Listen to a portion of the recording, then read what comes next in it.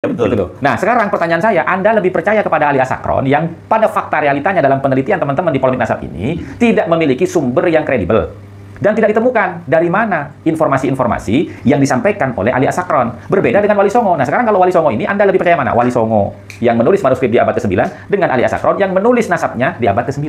Kan gitu ya? Iya. Kalau mau dikomparasikan gitu ya? Saya pernah makan demikian.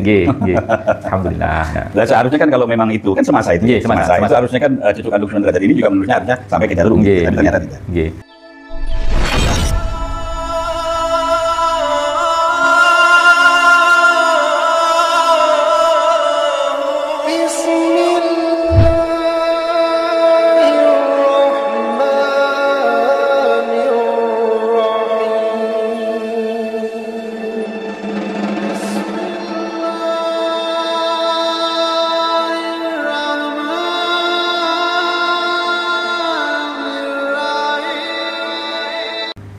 Nah, kemudian ini Kiai, bagaimana pandangan Kiai selama ini tentang pergerakan teman-teman yang berjuang di dalam polemik nasab ini, Kiai? Karena kan begini, Kiai ya,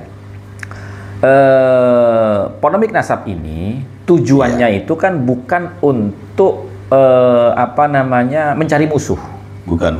Bukan tujuan untuk mencari musuh, tapi kalau yang saya tangkap secara pribadi, itu yang pertama, ya, kita ingin meredam arogansi para habaib yang sering membawa nama Rasulullah untuk kepentingan politik golongannya.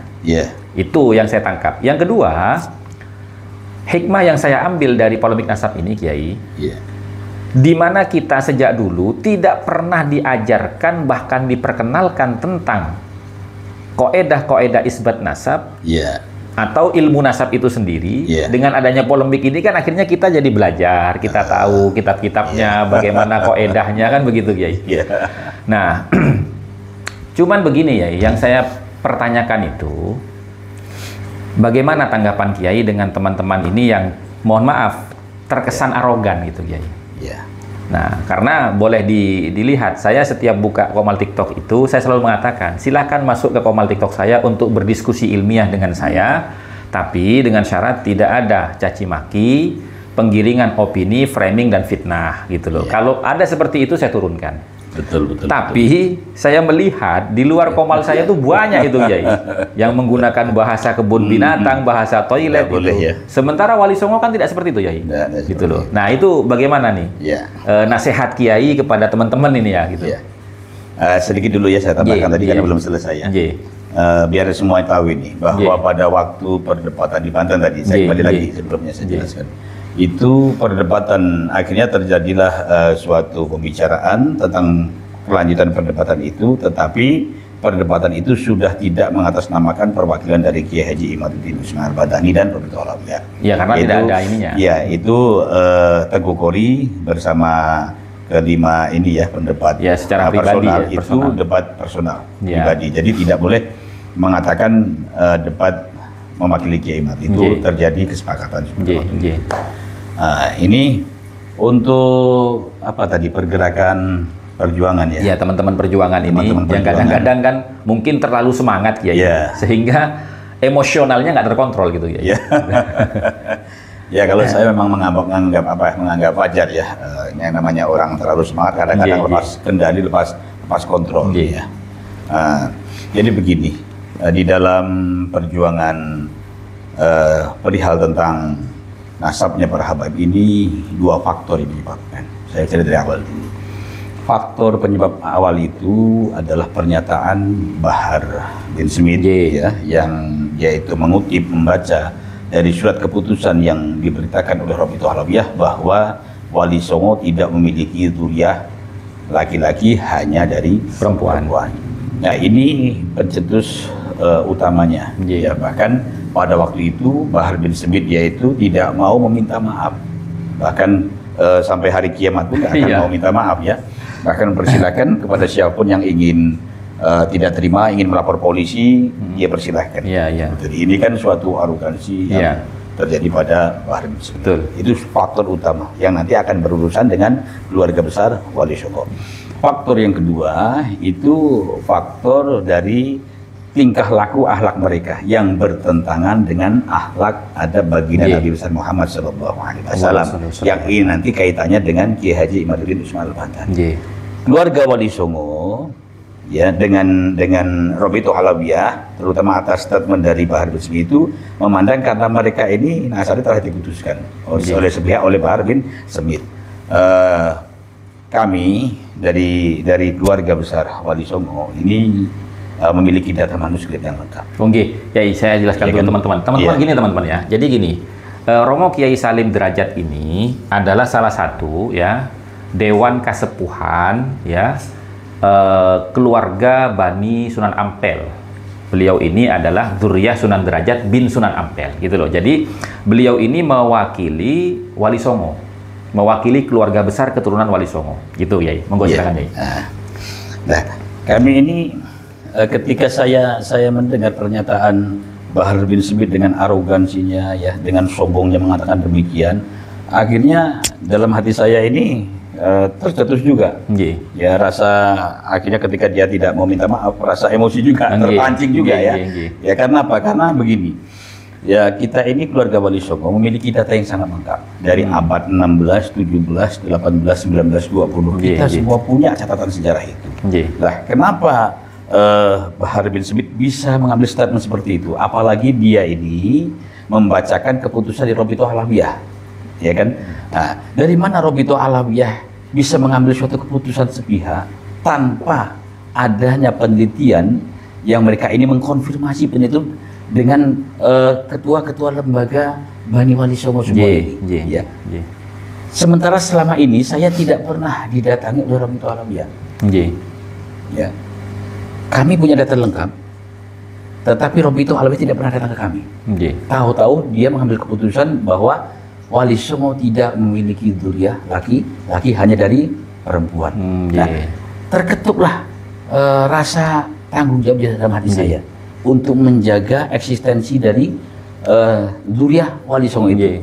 Yang akhirnya pada waktu itu saya menuntut agar Bahar bin Smith ini meminta maaf atas statementnya dan menuntut agar Robito Alawiyah itu membuat suatu klarifikasi terhadap surat itu. Terhadap surat itu. Dari mana dia ini kok bisa mengatakan bahwa Wali Songo tidak memiliki keturunan laki-laki, ya kan? Semuanya dari perempuan. Dia itu juga harus bisa memberikan suatu klarifikasi kepada masyarakat tentang kebenaran pernyataannya, atau paling tidak dia meminta maaf. Karena ini adalah suatu permasalahan yang sangat sensitif, Jadi yang pertama kali pembicara adalah itu dari keluarga besar Wali Songo. Akhirnya saya bangkit karena dia tidak minta maaf. Saya bangkit untuk melawan mereka semuanya, hinggalah sampai saat ini terjadi teman-teman kita semua dari keluarga besar Wali Songo ikut bangkit semuanya untuk melawan mereka semua.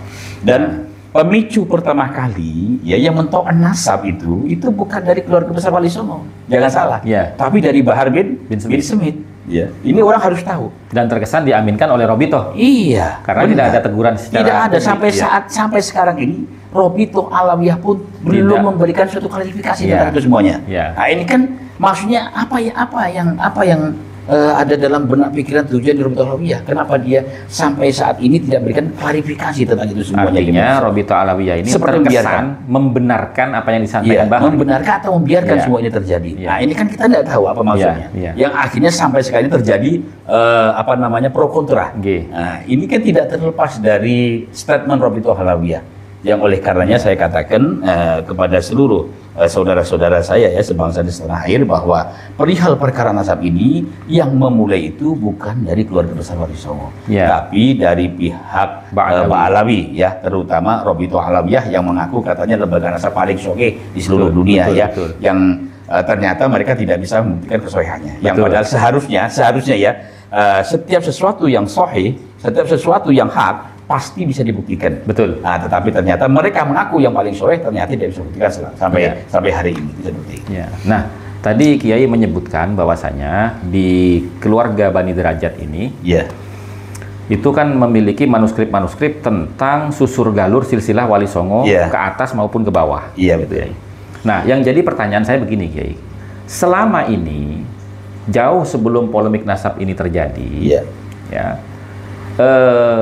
kemasyhuran silsilah nasab Wali Songo ke atas ini kan larinya ke Alwi Amul Faqih.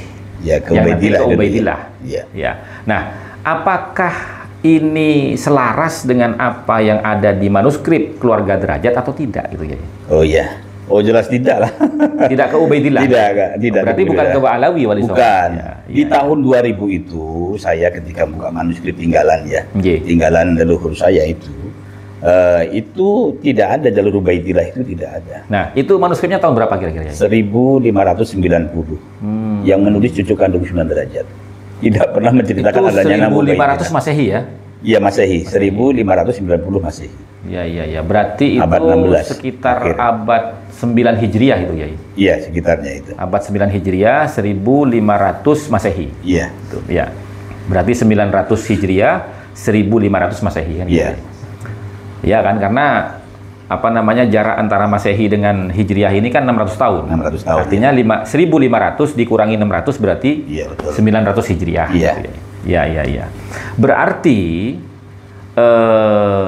nasab Wali Songo ini kalau manuskrip itu ditulis Iya. ditulis di abad ke-9 itu bersamaan dengan Asakron menulis nasab Ba'alawi kan abad 9 juga gitu loh. Iya, betul. Gitu loh. Nah, sekarang pertanyaan saya, Anda lebih percaya kepada ahli Asakron yang pada fakta realitanya dalam penelitian teman-teman di polemik nasab ini tidak memiliki sumber yang kredibel dan tidak ditemukan dari mana informasi-informasi yang disampaikan oleh ahli Asakron berbeda dengan Wali Songo. Nah, sekarang kalau Wali Songo ini Anda lebih percaya mana? Wali Songo yang menulis manuskrip di abad ke-9 dengan ahli Asakron yang menulis nasabnya di abad ke-9.